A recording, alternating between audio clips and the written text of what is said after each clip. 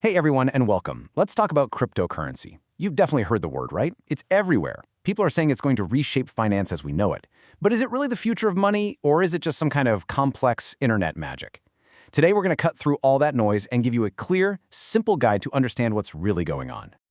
And yeah, this is the big question, isn't it? We hear about Bitcoin, we hear about Ethereum, we see these wild price swings, but what are these things, fundamentally? Well, by the end of this, I promise you, you're going to have a rock-solid grasp of the main ideas driving this whole movement. All right, so let's start at the beginning. To really get crypto, we first have to understand what makes it a totally different animal compared to the money that's in our bank accounts. At its very heart, cryptocurrency is just money that was born on the internet. You can't hold a physical Bitcoin in your hand the way you can a dollar bill. It was literally designed from the ground up for a digital world that doesn't have borders. But here is the absolute game changer, the crucial difference. It's all about control. See, regular money is centralized. We trust governments and banks to manage it. Cryptocurrency is decentralized. That means there's no central boss, no bank, no government, nobody. Instead of trusting an institution, you're trusting the computer code and the network itself. And this whole system runs on a pretty incredible technology called the blockchain.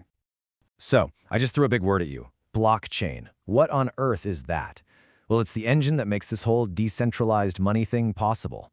And probably the easiest way to picture it is to think of it as a very, very special kind of shared digital notebook. Now, really think about that for a second. Every single time a transaction happens, it gets written down as a new entry in this public notebook. And because millions of identical copies of that notebook exist all over the network, it becomes practically impossible for any one person to go in and cheat the system or secretly change something. This creates a secure, permanent record of everything that's ever happened. So here's how that actually works. Let's say you send some crypto to a friend. That action gets bundled up with a bunch of other transactions into a new block of data. This new block is then cryptographically locked onto the previous one, forming an unbreakable chain. And finally, this updated, longer chain is sent out across the entire network, so everyone's digital notebook is perfectly in sync. It's a simple process, but it has huge implications for security. Okay, so now that we've got the how, let's talk about the who. I mean, while there are literally thousands of different cryptocurrencies out there, a few big players pretty much define the entire space.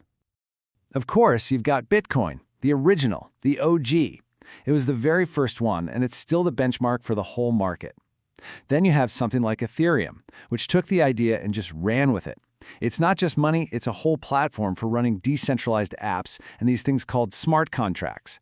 And then you've got these wild phenomena like Dogecoin, which literally started as a meme, a joke, but it grew into this massive cultural thing with a huge community. Now, this all sounds pretty interesting in theory, but you're probably thinking, how do I actually get some and where do I keep it? So let's dive into the practical side of things.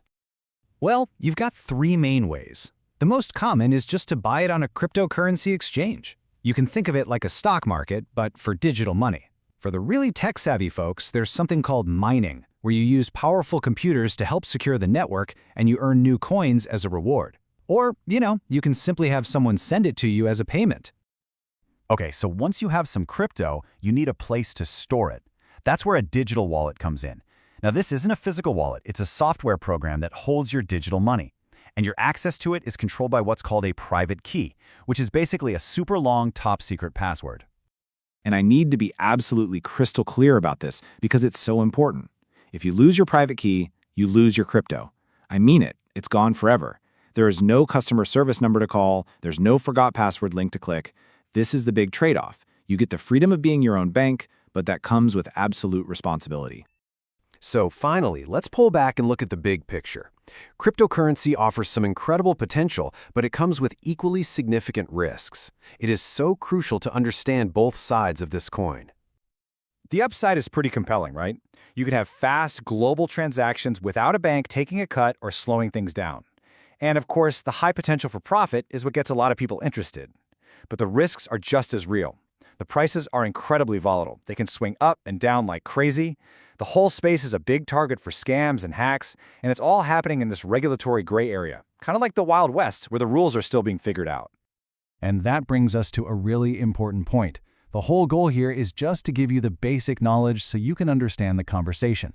This is absolutely not financial advice. You should always do your own deep research before making any decisions. So we'll leave you with this to think about. Now that you understand the basic tech, the major players, and the serious risks involved, what's your take? Is crypto a revolutionary new thing that's worth exploring, or are the dangers just way too big? The choice and the research, well, that starts with you.